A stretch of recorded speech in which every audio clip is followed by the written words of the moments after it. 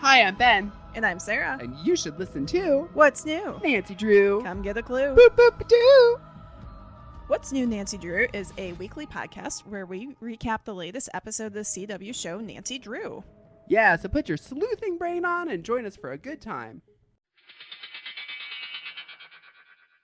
Hello, everyone. Screenplay Archaeology host KiramidHead here.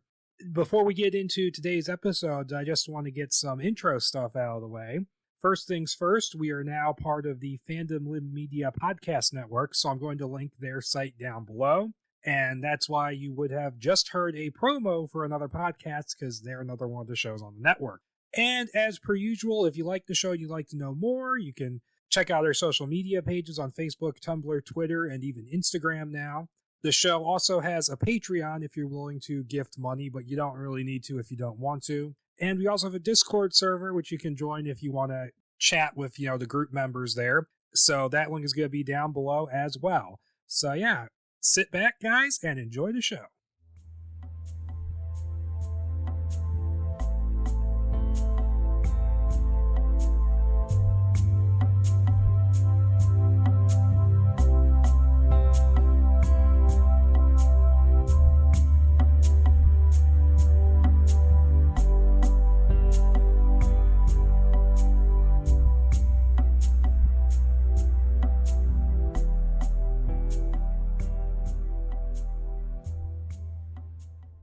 All right, everyone. Hello and welcome to a new episode of the Screenplay Archaeology podcast. I'm your host, KiramidHead. And once again, I'm Chloe. Yes, and Chloe has decided to join me for a very special script, which is something that we had kind of heard about a little bit here and there, but I didn't manage to get a hold of it until relatively recently. Wasn't there like a Bloody Disgusting article written about it, or one of those horror sites I think they had interviewed the writers for?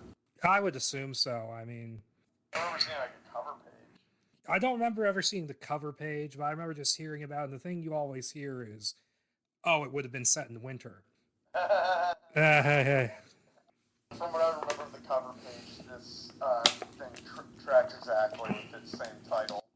Yeah, I don't think I ever saw that personally. So we're going to be covering the sequel to the remake of Friday the 13th, which is called Friday the 13th, Camp Blood, with an extra subtitle I won't be saying because it's kind of a ridiculous fucking spoiler to put on the title page. It's interesting to go through this script because it does read like a first draft, and I had pretty low expectations of it, but was pleasantly surprised. It's a good first draft. And so before we get into like a very, very brief background of the Friday the 13th series, the basic plot of this one, because in my early days, I always do this because in my early days, I used to get shit for not putting like a synopsis at the beginning. And it's basically after like, there's like a brief interlude in winter at the beginning, but the bulk of the movie is a new camp is opening up where Camp Crystal Lake used to be, which was abandoned in the remake. And Jason basically shows up and is like, I don't want these people here, and just starts killing everybody. And I'm going to leave it at that for now. Now, I will give my very, very quick sort of view of the series.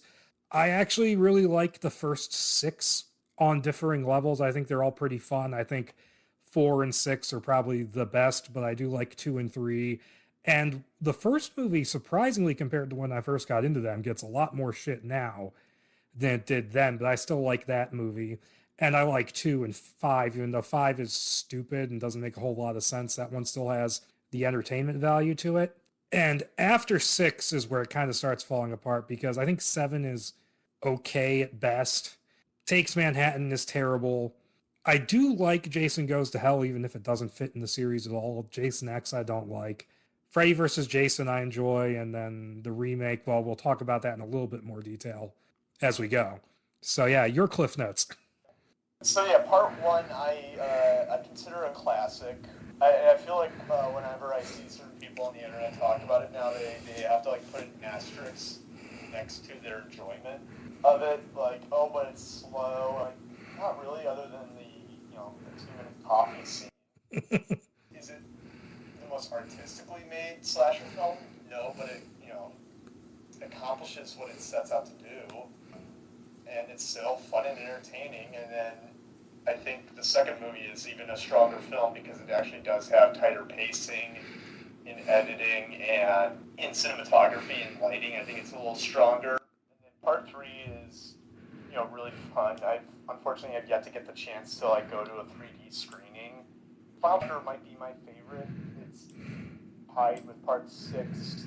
Part 5, it grows on me every time I watch it, just because of how bad and insane it is. Yeah. And then part 6, like I said, it might be tied for my favorite. It's always hard to say, because I think it alternates between 4 and 6, maybe even 2. And it managed to, bring a new burst of energy to the series. The only part now that I kind of look back with hesitation is Alice Cooper's involvement, but that's a story for another day. The music they did is still good. Part 7 is one that I will defend, because unfortunately, we can only see the work print cut, or the theatrical cut even, which out of all the movies is the most butchered. That is true. But it has if you watch the work print cut, it has some of the best deaths. My particular favorite being the guy who gets his head crushed. When I met Kane Hodder, that was the thing that I had him do to me was grabbing the top and bottom of my head. And a year later, I met John Carl Beekler and showed him that. He said, "Why does Kane look like he's constipated?" And a year after that, I meet C.J. Graham and Steve Dash, and showing, relaying that to C.J. Graham. He goes, "Yep, Kane always looks like he's taking a dump." Part 8 is the biggest missed opportunity in the series, and yeah, some of that comes down to budget, but it really does have annoying characters. Part 9 is bonkers, and I love it. That's another fun topic to go into.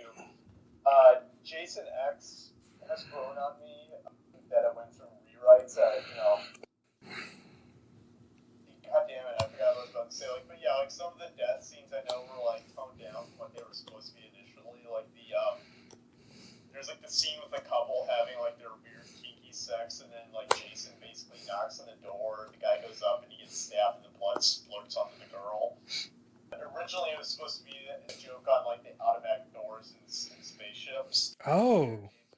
Where Jason would fuck with the wiring, and it would cause the door to crush the guy. But either way, I'm okay, well, that was clearly a missed opportunity, but it does have head freezing and smashing. That's fun. What I like about it, there are things I don't like about it. I mainly just think the movie has maybe 2 jokes in it, and they get repeated so much it gets old by the time the movie's over.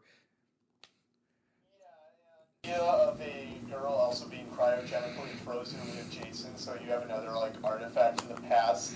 Other than a couple of jokes, they don't really play up the fact that she can be an OG survival girl. Okay, and then Freddy vs. Jason. It's a complicated movie to talk about, but you have to think about the fact that they spent 10 years in development hell. And having looked at the other scripts that were commissioned, we got the best one. My point is that Freddy doesn't get as much action as initially intended. Yeah, that's... And after that, in terms of what we've gotten over the years, the other script, Nick Antosca draft is incredibly strong. Yeah, it just needed some cleaning up in a few places. Oh, that's it. The Guzikowski draft, I'm glad it got canceled at the last minute. Yeah, because it was 3 movies crammed into one. Yeah, so do we talk about the remake now? Yeah. I'll go first because I want to say right off the bat, whatever problems I have with the movie, I feel like because it's Shannon and Swift writing it after Freddy vs. Jason, I feel like because they got a lot of shit over how Jason was handled in that movie, in Freddy vs. Jason, so I feel like they just, their number one goal was don't do that this time, and so they just made Jason into Jason. It's one of the best Jasons in all the movies. Derek Mears is always great. I sort of feel like it's him with Halloween Resurrection, where it's wow, I don't really like this movie, but I'll watch it for Derek Mears, or I'll watch it for Brad Lorre.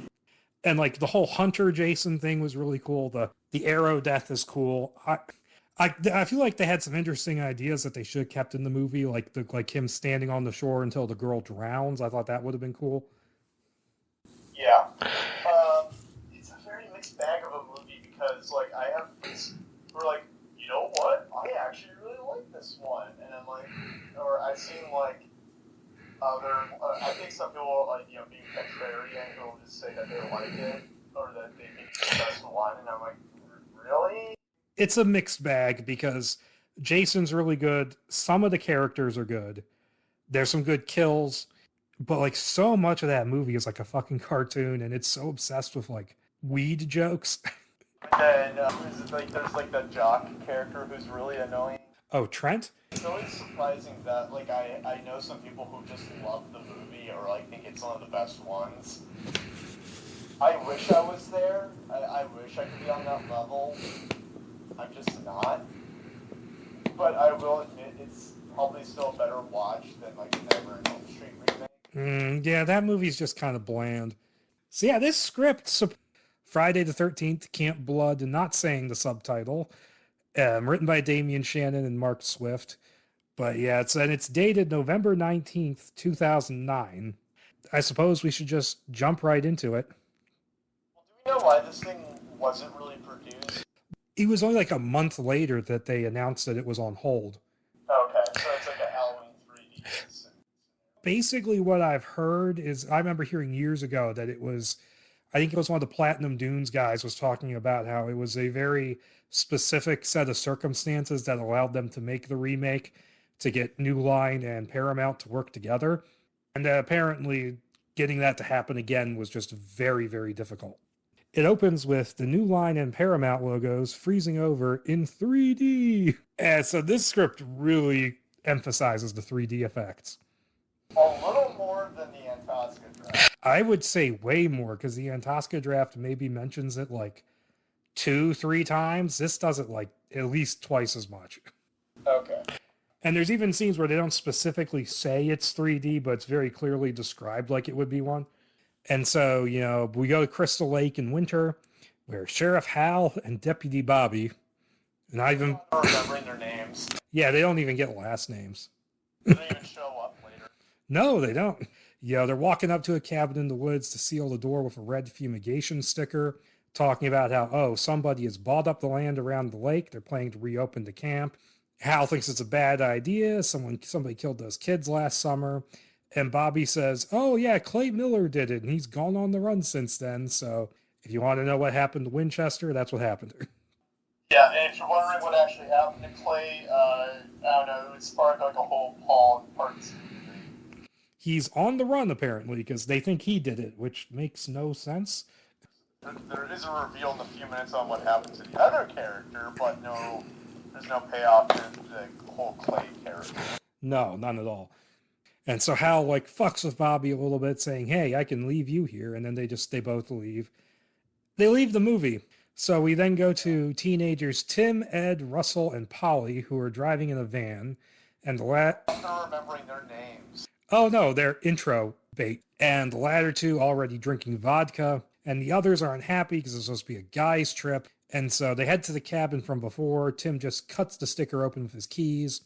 And Tim and Ed soon leave to go play hockey on the frozen lake, while Russell and Polly stay behind for drinking games and sex, which pisses off Tim because he knows Russell's going to pass out and he's going to have to drive the return trip as well. I'm like, what a little bitch. Yeah,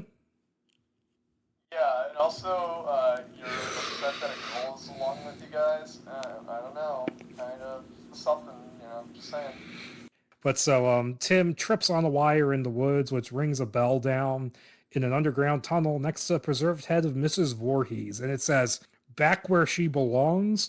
And I'm like, hold on, if I'm remembering the remake right, he had her head in a hole in the wall in the cabin.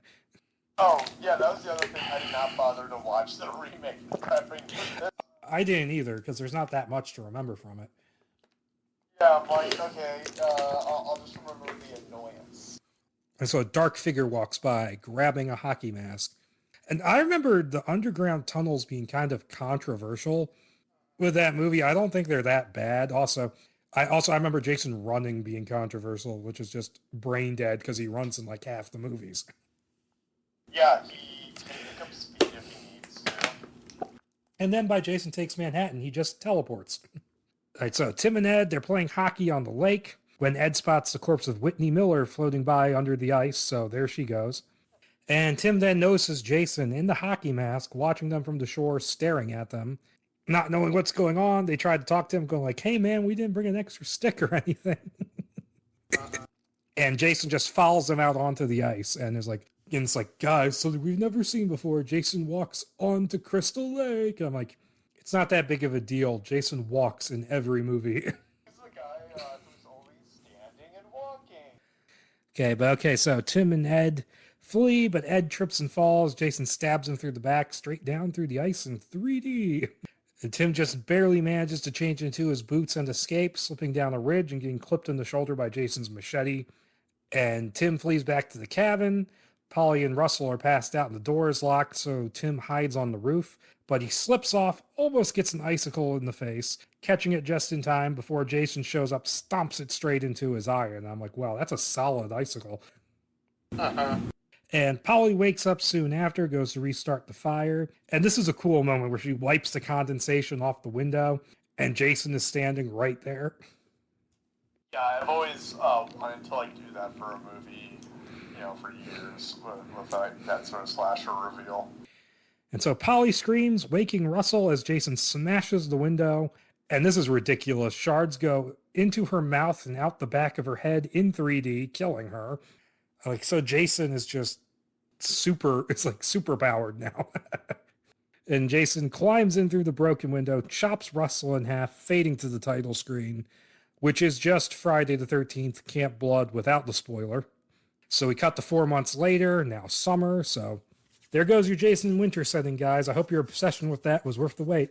Does that mean the script takes place that the opening took place in February? I guess. Must be one damn cold winter in New Jersey. I don't know what winters are like in New Jersey. Yeah, I don't know either.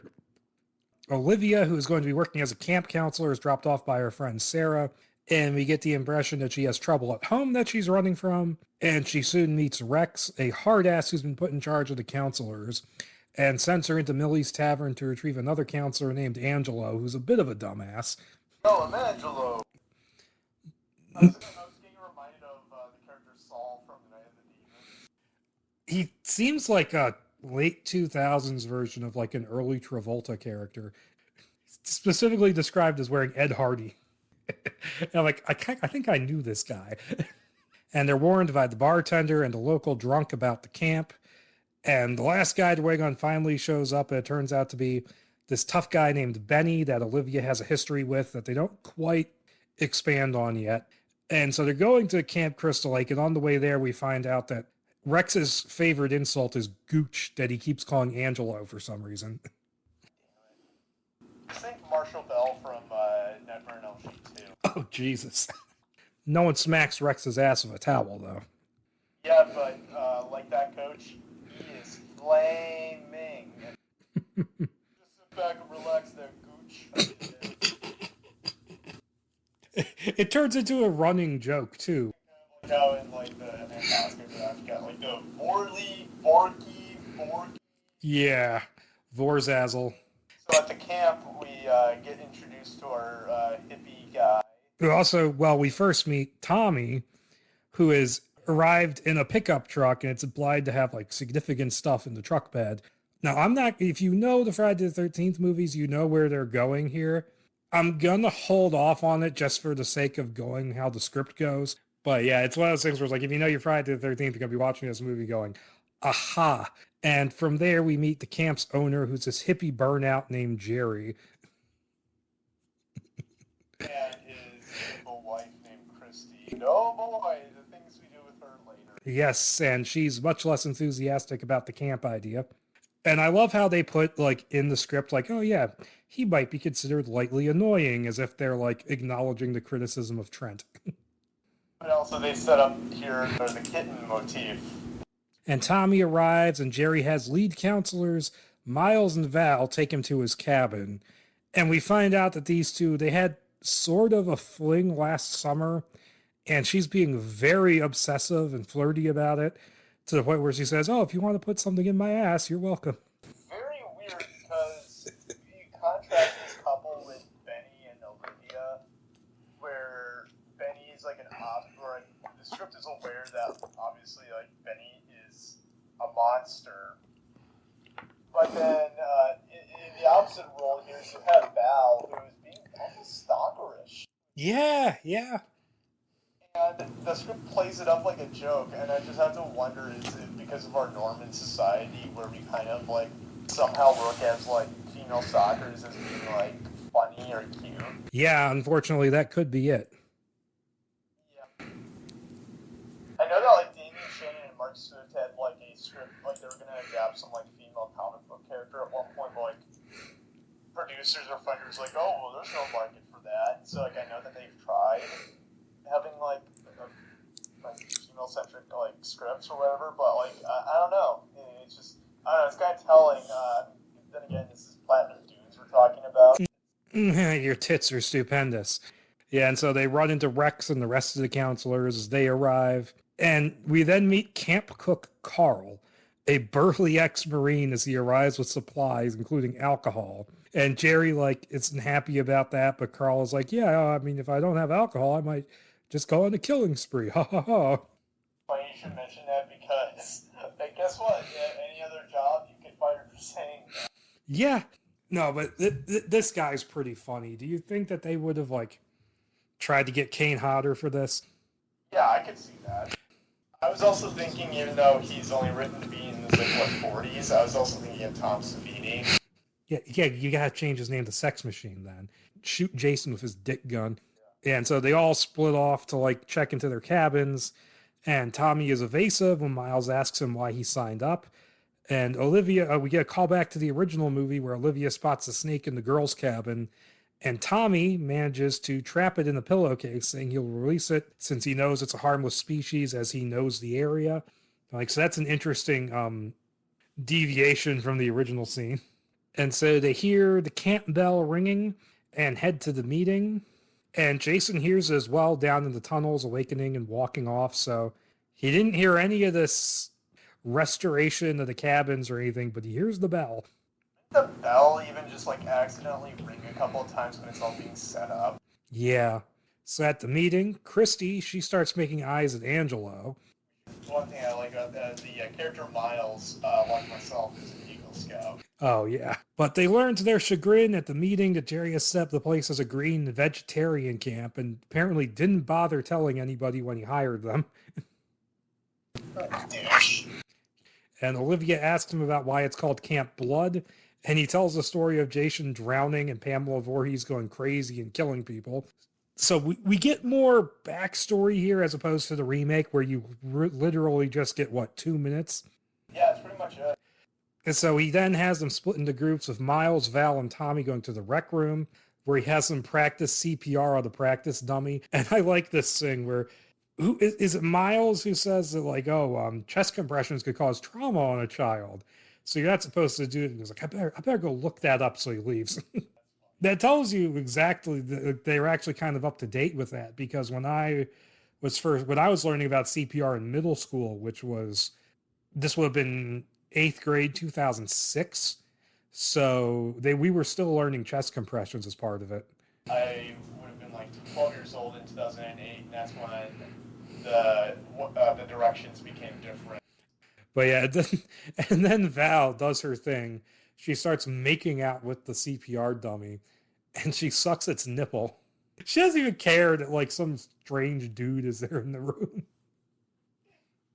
Yeah, I should also mention one of my favorite lines is when Rex is, saying that there will be no smoking, no alcohol, no drugs of any kind, and Jerry interrupts with saying, "For the record, I'm in favor of the legalization of marijuana, but this one's about the children and the insurance company."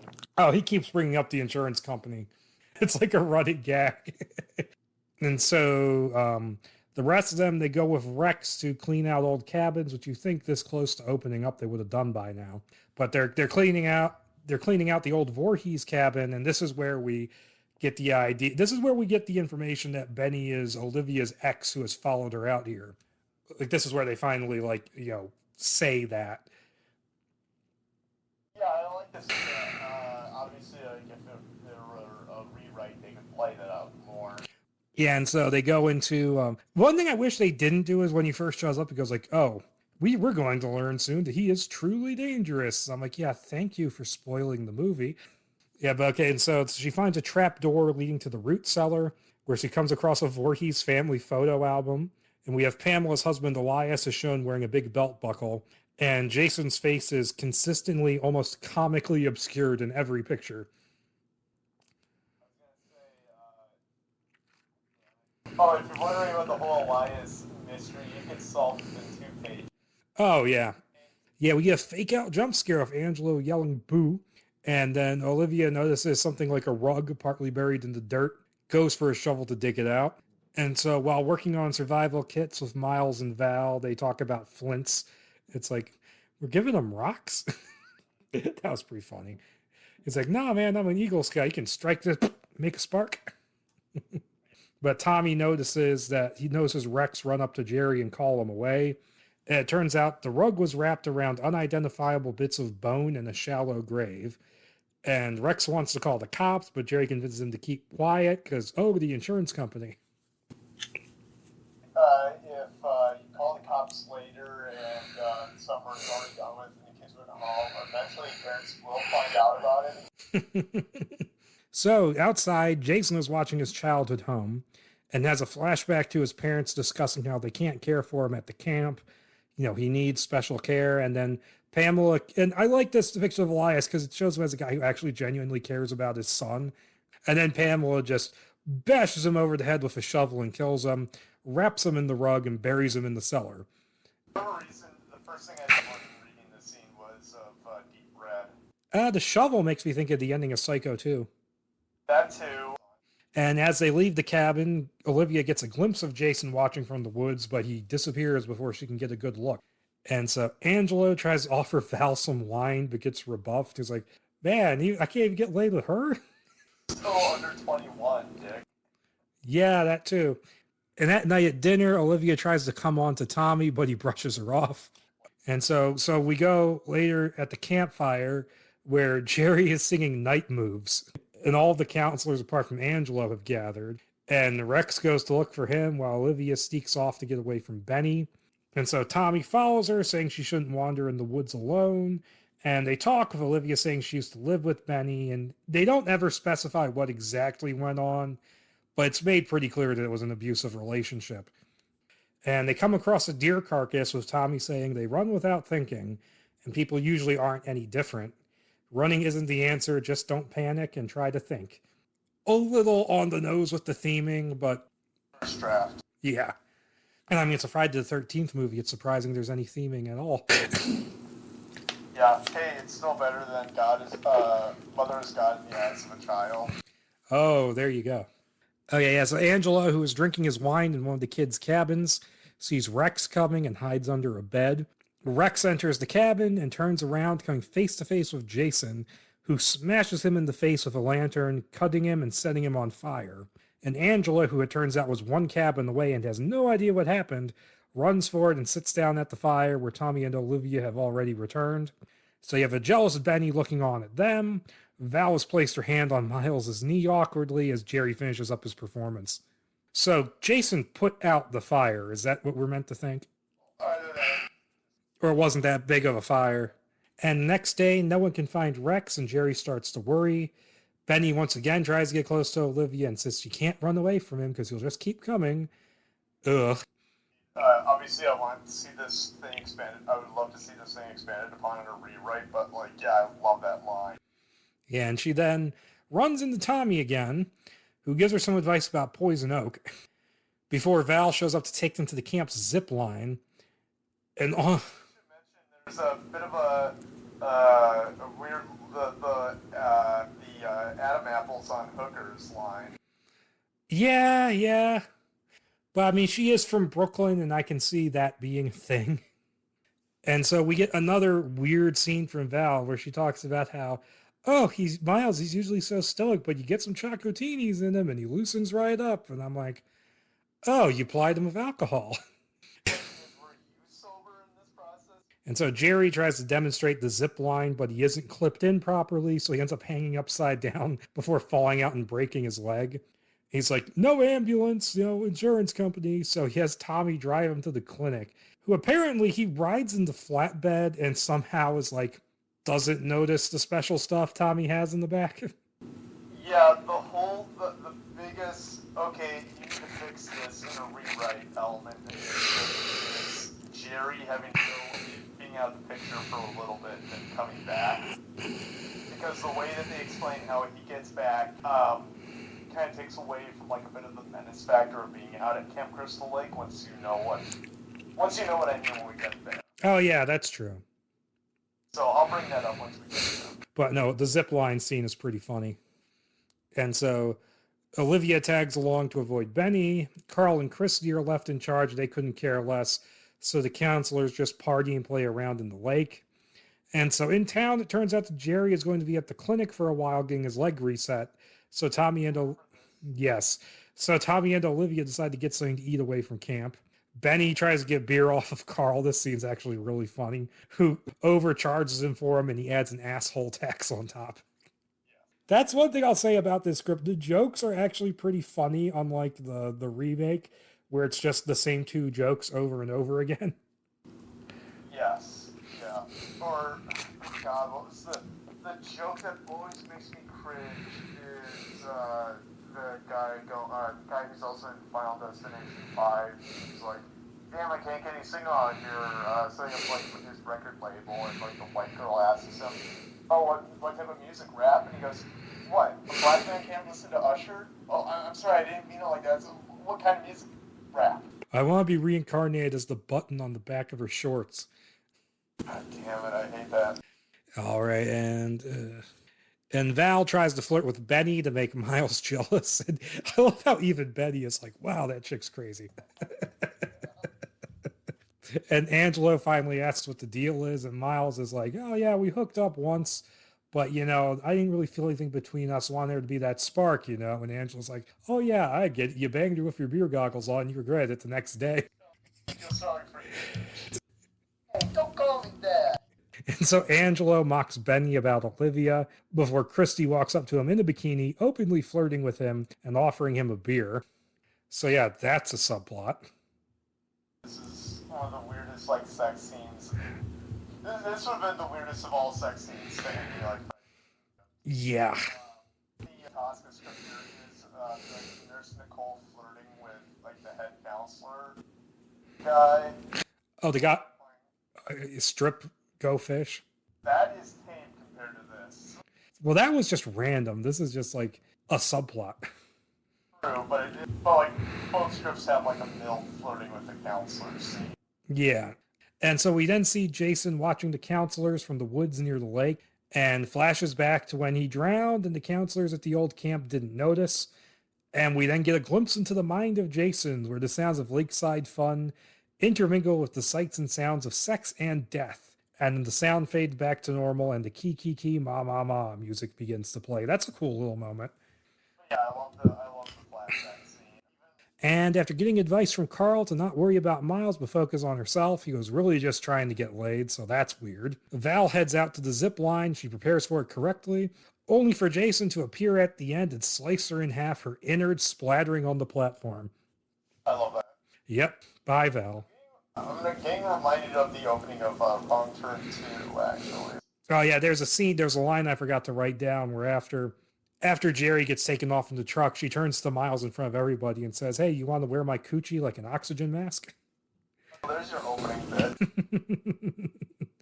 And so back in town at Millie's Tavern, Olivia and Tommy are eating, pub, whatever, discussing the bones in the basement, and Olivia thinks it was Jason's father as she recognized the belt buckle.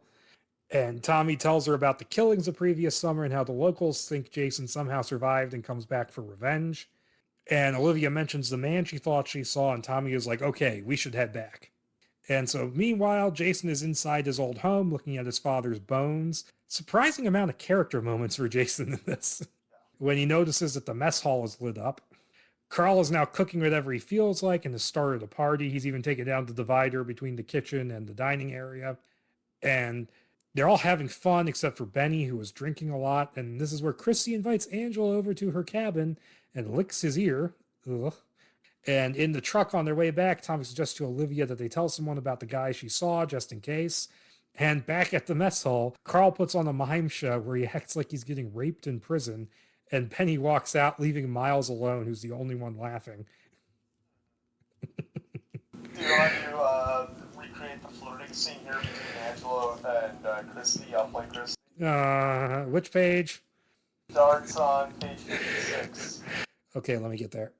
Okay, so it's Jerry's cabin, night. Christy and Angelo are slow dancing in the living room of her cabin. She's got a glass of red wine in one hand and Angelo's ass in the other. Mrs. Mullen? Yes. Angelo nods. He forgot. She turns him with a sly smile. Should say turns to him. What about your husband, Christy? Mr. Mullen and I have an understanding. He understands that I'm a sexual being, and I understand that he's not here. Angelo smiles as she starts to unbutton his shirt. But what if... I'm his ride home, and he hasn't called yet. Relax. Let Mama take care of everything. She puts her glass of wine to his lips. Mmm. That's a good boy. Mama likes that. Now, you want Mama to show you her babies? I forgot about this. Now Angelo is weirded out. He's weirded out, but he still goes with it. Yeah, he's desperate, apparently. He was hitting on the weird chick. And so they're interrupted by Tommy and Olivia banging on the door, who tried to tell her what Olivia saw, but she just brushes them off. And they soon arrive at the mess hall, where a drunken Carl is regaling Miles with his argument as to why they should allow gays in the military. He's got like his arm around him. Yeah. And that's why the gay should be allowed to serve. What's the worst that happens? Look at my dick in the shower? Let me tell you. Hey, welcome back, idiot. They get told that everyone's wandered off by now and that Val hasn't been seen since they were by the lake. And Miles agrees to go searching for her with them, but Carl stays behind thinking it's a prank. Okay, the three searchers check Val and Olivia's cabin, and all her stuff is there, including her smashed phone. So Jason was considerate enough to put her stuff back. Meanwhile, someone watches them while a mysterious POV enters Christie's cabin, following a trail of Angelo's clothes up the stairs. Tommy, Olivia, and Miles go to check the children's cabin and notice the lights are off, where they find the scorched mattress where Rex was killed, along with a blood stain nearby. Tommy knows something is up, tells him to stay behind, lock the door, and wait. And so we go back to the POV inside Jerry and Christie's cabin, where it walks up to the open bedroom door and sees Christy and Angelo just banging.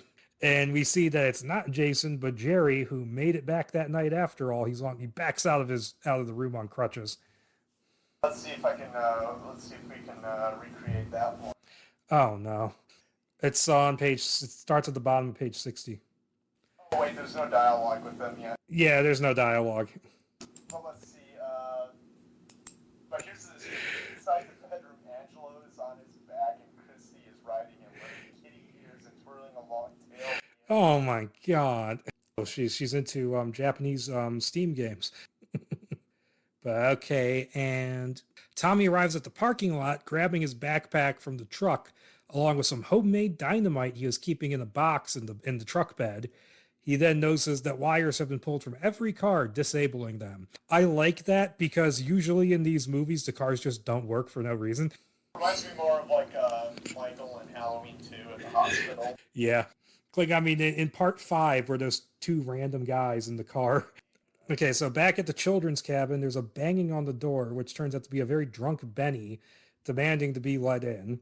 They unlock the door and he gets aggressive, yelling at Olivia and shoving her, and knocking Miles out cold with one hit when he tries to intervene. One Punch Man. Yes.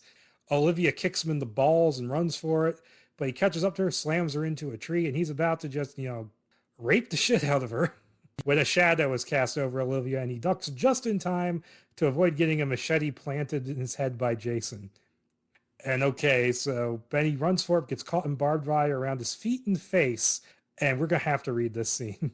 I want to do the dialogue on this one, so. Interior woods, night, Benny runs to the woods, frantic, looking over his shoulder. Where is he? Running as fast as his feet will carry him, out of breath, looks back and... Hey! Benny goes down. stretched between the rod and post. Benny tries to move, rusty barbs hooked into his skin. Gog! Help! Help me! Benny turns his head an inch, a metal strand right across his face, Spike pulling his lip like a caught fish. Screams out in pain. Jason walks behind him slowly. Benny knows he's there. No, please, don't kill me. Jason comes closer. I'll do anything, please. Ears stream down Benny's face. He's breaking down, crying. The toughness is gone. He quivers, afraid and alone. And he completely punks out as Jason comes right up to him. I'll suck your dick. And pull the barbed wire around Benny's face tight. Multiple rusty strands dig deep into his face. Blood drips from puncture on his open eyes and mouth. He tries to scream, but can only manage a hideous gurgle harder. Benny's head comes apart in sections, flying at us in horribly grotesque 3D. But come on, he deserved it. It's that scene from the end of Mandy. I'll blow you, man. And then Nick Cage does the Friday the 13th 3D head crush on him. Yeah, and it's also funny considering that I ended up watching some lives and prepping for it. It's Crystal Lake and that. Yeah. No, I'd forgotten about that line when I was rereading it. I had to stop reading for like 5 straight minutes because I was laughing so hard. And a gunshot rings out as Tommy fires at Jason and misses, pursuing him into the woods before he disappears. Like the shot had hit Benny's dead dick. Yeah. Like, Jason gets pissed off by sex enough as it is. Offering to blow him just makes him more angry. And so he reconvenes with Miles and Olivia, and they set off into the camp. And so back at Jerry's cabin, Christy comes downstairs and runs into Jerry, who says he knows about Angelo and isn't mad. Where do you want to start reading this? Start at the beginning, my man. Okay, so I'll be Jerry, I guess. Interior, Jerry's cabin, staircase, night. Christy is... This is going to have to be Angelo. I guess I'll double duty as Angelo. Christy is walking downstairs. You didn't hear that? It was like firecracker. But when she gets downstairs, she sees Jerry sitting on the couch, leg in a cast, crutches next to him. He's got a glass of wine in his hand. Christy's eyes go wide, freezes in her tracks. Okay, I'm not going to go that high pitch again. Actually, I did call, kitten. Had to take a cab. Well, the reception around here. Oh, look at you. Are you okay? Been kind of a rough day. Why don't you both come down? Chrissy's face goes white. I know you're up there, son. Come on down. I'm not angry. We're all adults here. Christy shuts her eyes and starts coming down the stairs. Angelo follows her, wearing a pink silky woman's robe with flowers on it. He reaches for his clothes on the stairs. Oh, sorry. Those are my clothes. I'll just... No, don't go. Please, sit down. And by all means, finish the wine that you opened. It's a very expensive bottle. Jerry hands him a glass. Angelo is bugging out, not sure what to do. Baby, I was just going to say... Honey, please. I'm in the middle of a toast. To Angelo. To summer camp, the time of your life. Jerry begins to drink. Angelo looks deeply uncomfortable, does the same, downing the whole glass. Christy's eyes suddenly see an open box on the table. Inside are keepsakes. We see a faded bandana and other rock and roll leftovers. There's also a sheet of paper with a dozen smiley faces on it in neat rows. Oh shit, Jerry, you asshole. Did you just slip him some acid? Angelo's eyes go wide. Me? I'm the asshole? You're the slut who played dirty kitty with an 18-year-old while I was in the hospital with my leg in 3 pieces? How could you? Acid? You insane? I thought you gave that all up. And I thought you gave up being a whore. I don't do drugs. Angelo staggers to the door, pushes over a lamp, and stumbles out of the cabin as they continue to fight. Actually making me laugh, unlike the reboot. Yeah. And so Tommy, Miles, and Olivia walk over to where Benny's corpse is, and Tommy tells them that the cars have been disabled and the phones have been knocked out, and he doesn't recommend walking into town as these are his woods. He pulls a flashlight out of his bag, and Olivia realizes he knows something.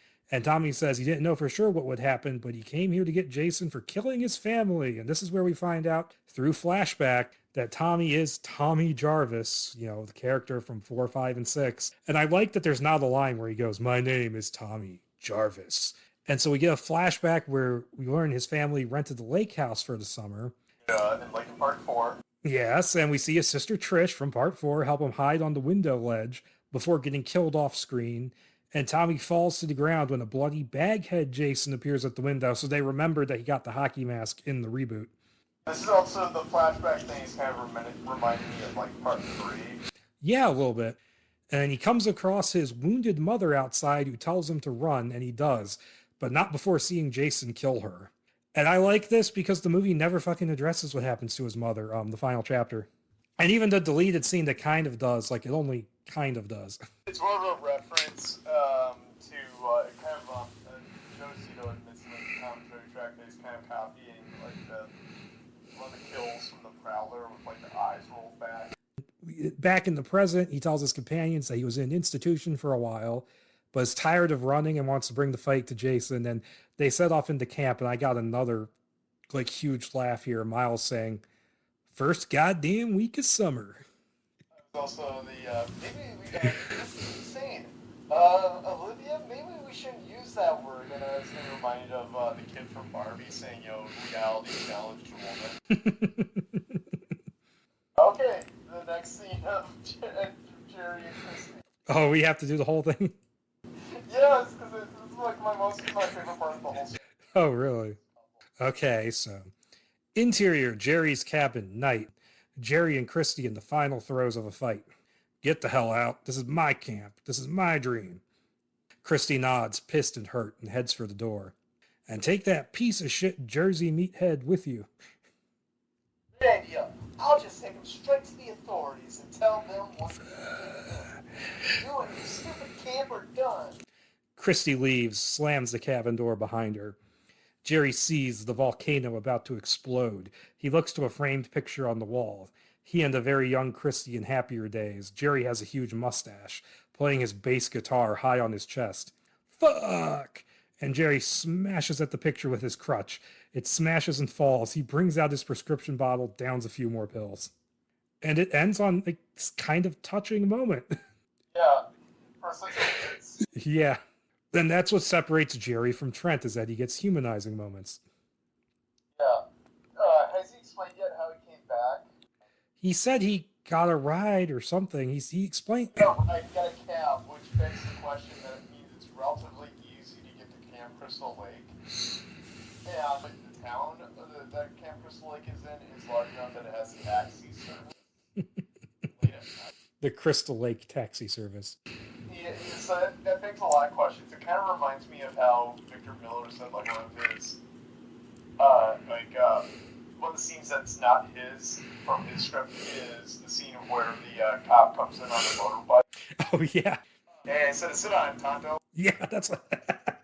But that scene kind of distracts from the whole point, which is that it should be hard for anybody to get to Camp Crystal Lake out there. But the fact that you have a cop who's able to easily ride in on his motorbike kind of disrupts that atmosphere.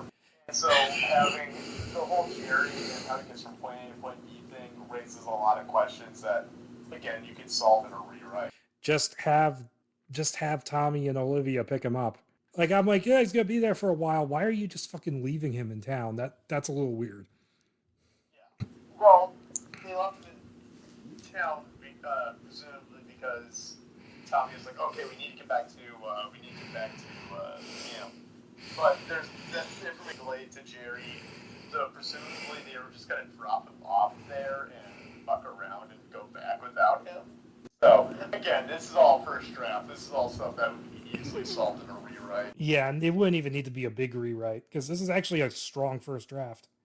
All right, and so, yes, Christy heads over to Angelo's cabin and goes to tend to him while he lies in bed. She pulls back the sheet, finding only pillows and a hockey mask arranged to look like someone is sleeping there. Oh, the classic prisoner bed trick from Silent Hill 4. Yeah. Oh, I was also going to say, the whole Jerry Dragons, that whole thing is foreshadowed earlier with, like, the cover of, like, one of his albums, and him fighting a dragon. Oh, that's pretty funny. For whatever reason, I was thinking that she was going to pull open her blouse and make him suck, that's the way they call them.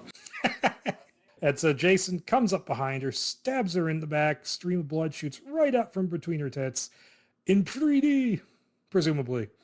So we get Tommy, Miles, and Olivia come across a trap door leading into Jason's tunnels. Angelo bumps into them, and seeing how fucked up he is, they tell him to just stay behind and keep watch. Miles snips a tripwire and comes face to face with Tim's rotting corpse. And they soon find the candlelit shrine surrounding Pamela's severed head. And Tommy sniffs out the candles, proposing to set explosives in the shrine and kill Jason with them when he returns. Makes sense? Yeah. And so meanwhile, Angelo has gone to a bathroom to splash water in his face, but Jason shows up. And so we get, from Angelo's perspective while he's high, we get a super slow motion scene of Jason swinging his machete, chopping through his fingers, and severing his head from the perspective of the severed head.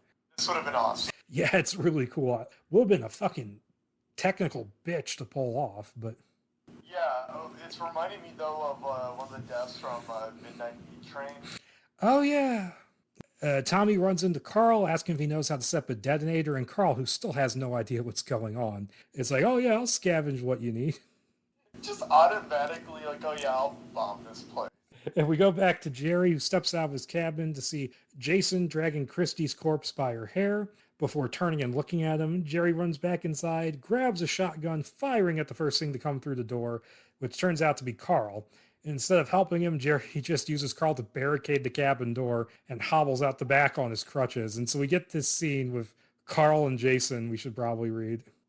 Oh, I also like that, is this before or after Jerry has first seen Jason holding...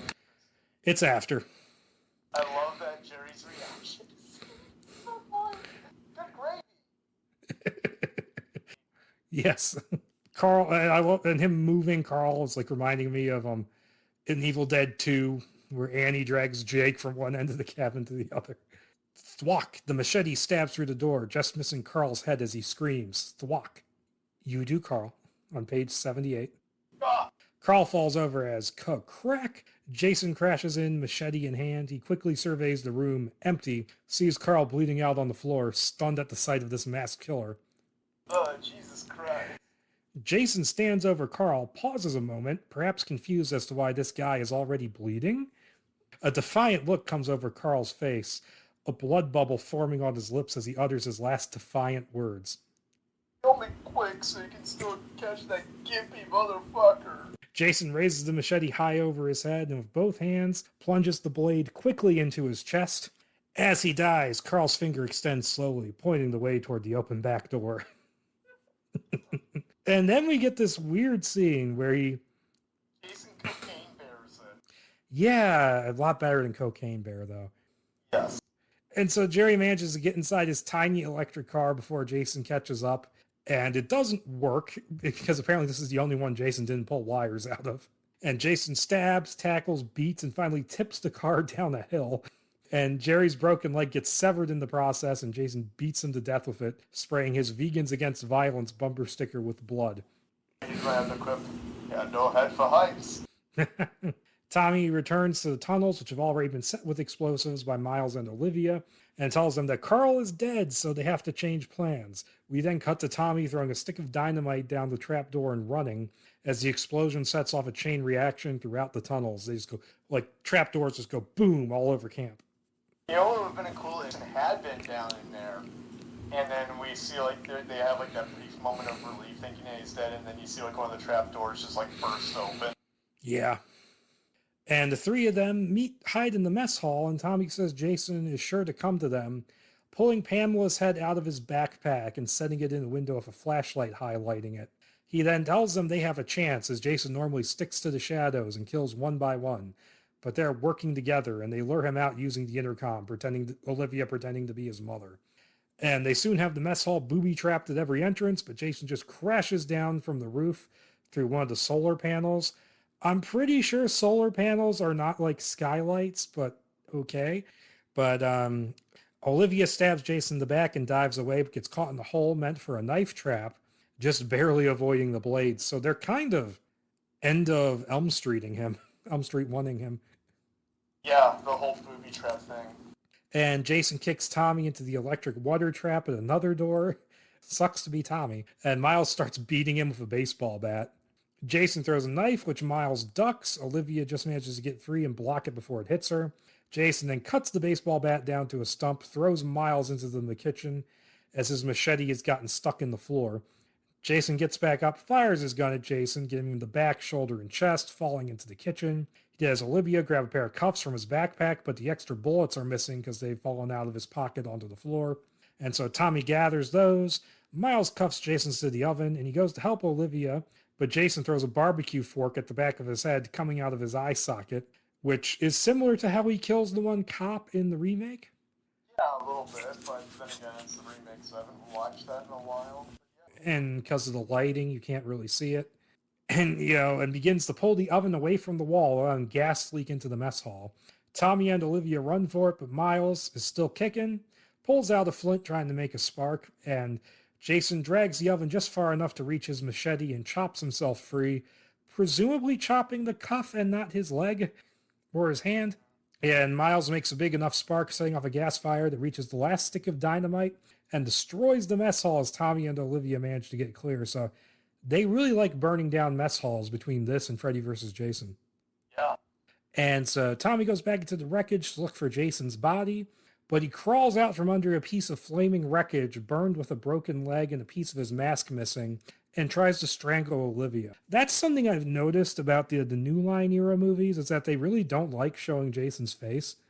Yeah, except for Freddy vs. Jason. And even that's just a very little bit. And Jason as a kid in the flashback.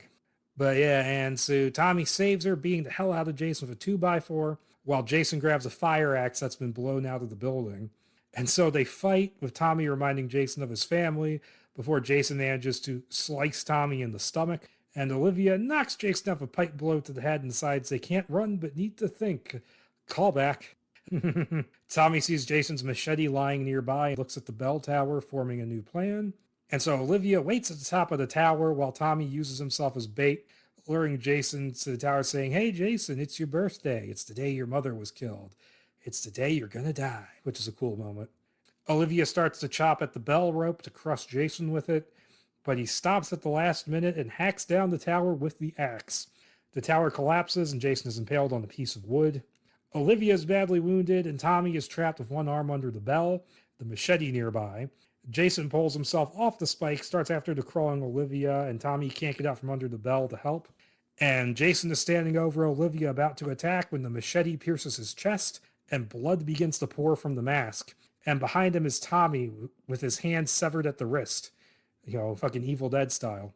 And Tommy is too weak to finish Jason, so Olivia grabs the machete, and as she swings it at his neck, here's a really cool moment. Jason sees Pamela's head in the window, but to him it appears alive.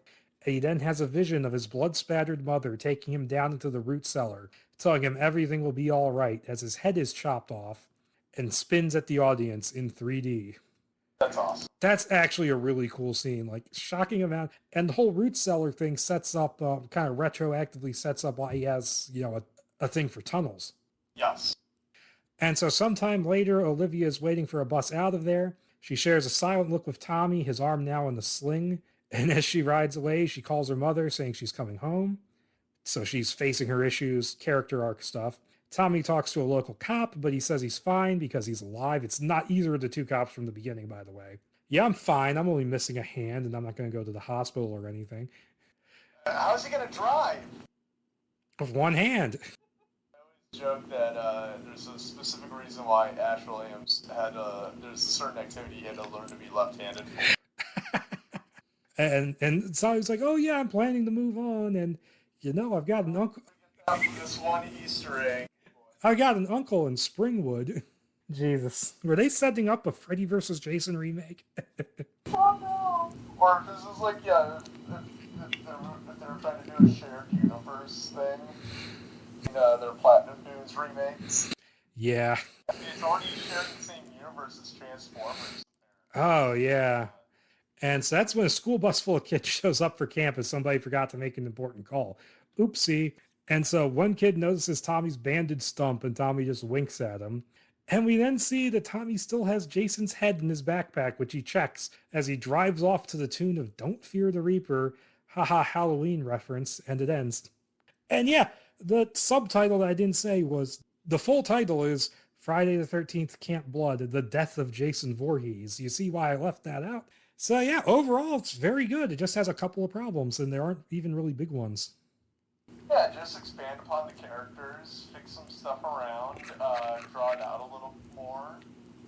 It's been fine. I would prefer this to the remake. Yeah, and I think it's about as good as the Antosca script. I'd say the Antosca script has better character development. Yeah, that's true. That one feels way more fleshed out in some of its ideas and theming, whereas this one's very much vomited out and fix it from there. But for considering some of the other first drafts that we've read, this is pretty good actually. It's a lot better than the two Halloween 666. Oh God. Yeah, but so overall, it's a good one. I know, yeah, it is better than the 666 drafts. Dear Christ. This is a fun, straightforward script. Yeah, it was good, and we talked about why it didn't happen because of that relationship with New Line and Paramount being very difficult. And the fact that Warner Brothers was taking over, at that point. Yeah, and interestingly, apparently, according to Derek Mears, when the Interstellar deal was made in 2013, apparently they initially were talking about doing a sequel instead of a reboot.